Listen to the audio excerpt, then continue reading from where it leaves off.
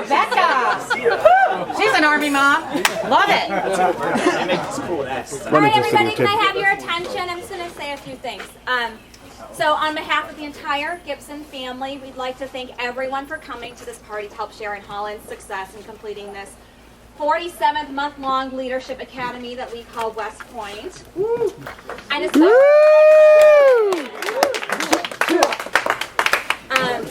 I'd especially like to thank all those who traveled long distances, such as my grandma and grandpa who came from Missouri, Uncle Chuck and Aunt Roxanne who came from Alabama, Aunt Penny who came from Kansas, Cousin Tim Tieberman from Pennsylvania, Uncle Mark Pierce and Uncle Kurt from New York City, Cousin Jenny Susan and her kids from Texas, Cornell classmates and groomsmen in my parents' wedding 28 years ago, Dave Hall.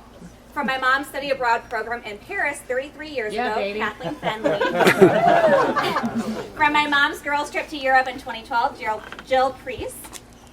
And a family friend introduced to us by Holland and my high school voice teacher, Colonel Granaman, who is stopping here on the way home from Dubai and meeting his wife here from California. And of course, all of Holland's classmates who have also made many sacrifices to attend West Point and serve our country and our new Army family.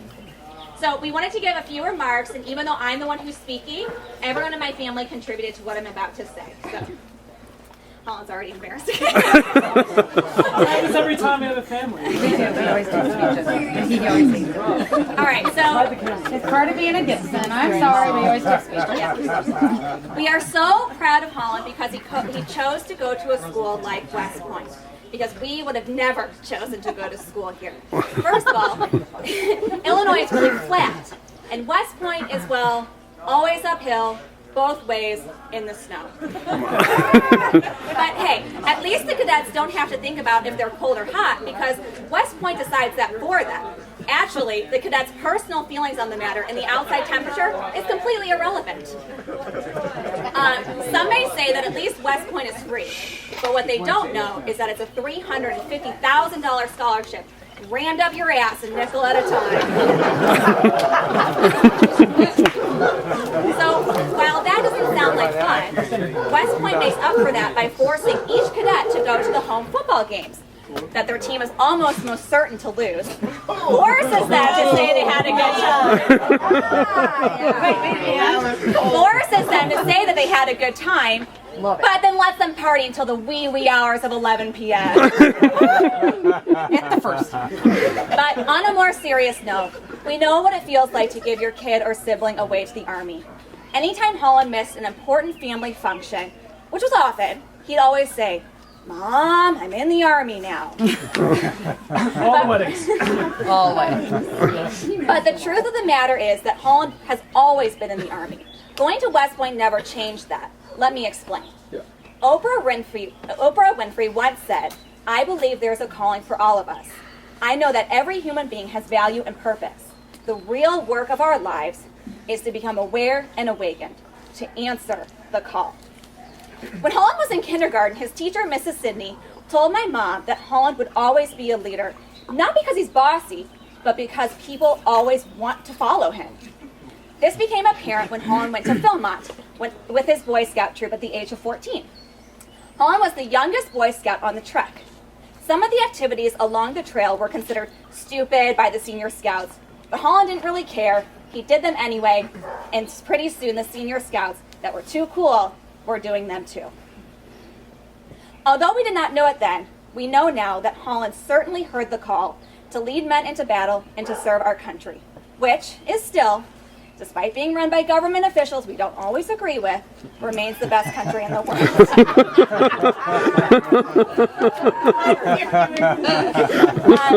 Yeah, you're on my team. I guess the first sign of where Holland's life was headed was when he wanted to dress up like an Army soldier for Halloween in the first grade. You see, Holland attending West Point was just him finally being able to answer the call that had been ringing for him since he was born. How do I know this? West Point was Holland's first choice, We couldn't even get him to visit another college. He always said he would just reapply to West Point, so it wouldn't matter where he went. The classic story that our family often tells is that when we were watching the National Geographic documentary DVD, Surviving West Point, as a family, when Holland was in the thick of the application process, at the end, all he could say things were, "Wow, this is great, I can't wait to go, this is amazing." And the rest of us were like, "Oh my gosh, we would never go here if our lives never." So not only would none of the other members of my family have ever gotten into West Point, none of us would have ever made it out. First of all, West Point only uses acronyms. CTLT, CLDT, CST, AIAD, BLOC, CBT, DE, IOCT, APFT, PT. And I'm pretty sure after 4 years of this military talk, I still don't know what they stand for, much less what they mean. Besides Holland, my mom is the only one that knows what they mean, and it's taken constant vigilance on her part just to keep up. Oh, and the lies that West Point tells. Just kidding, West Point doesn't lie. The truth just changes.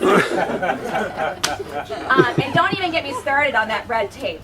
But actually, now that we're on the subject, even at West Point, sometimes, just sometimes, when the moon is in the 7th house and Jupiter aligns with Mars, the red tape can be cut, which is exactly what happened when the superintendent let the Nightcaps, Holland's a cappella group, sing at the Bears Gate on national television in November of 2012. Let's rewind. We all love that Holland has always known his own mind. Even from a young age, he would choose friends and activities based completely on his own judgment, never based on what others thought or what was considered cool.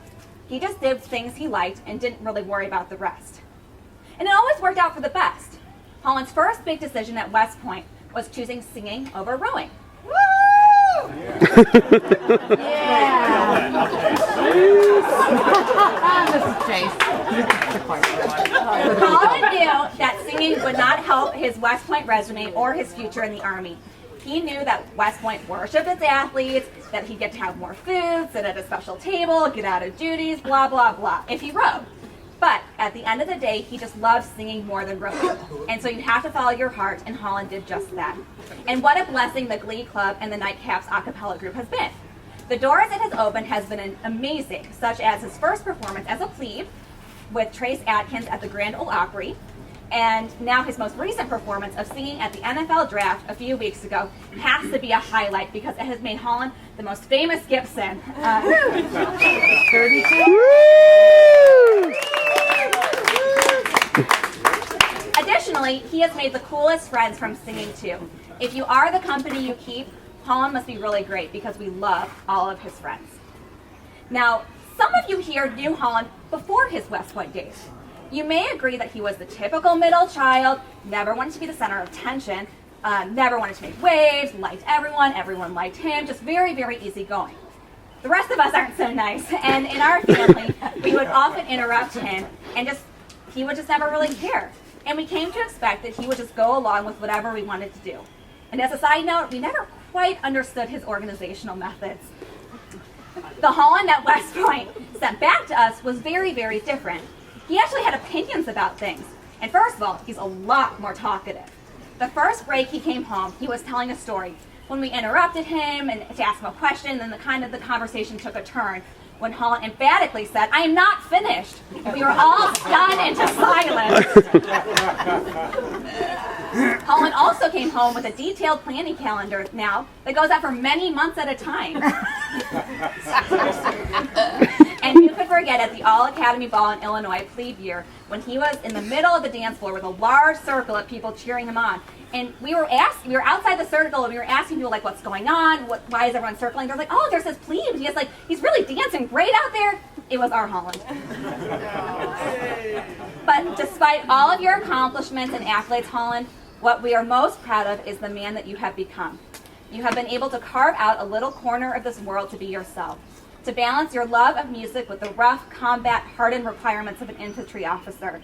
You lead a life filled with integrity. You are a man of God with character and conviction. We are so proud of the choices that you regularly make and your dedication to excellence. You have made many sacrifices and will continue to do so throughout your time in the Army.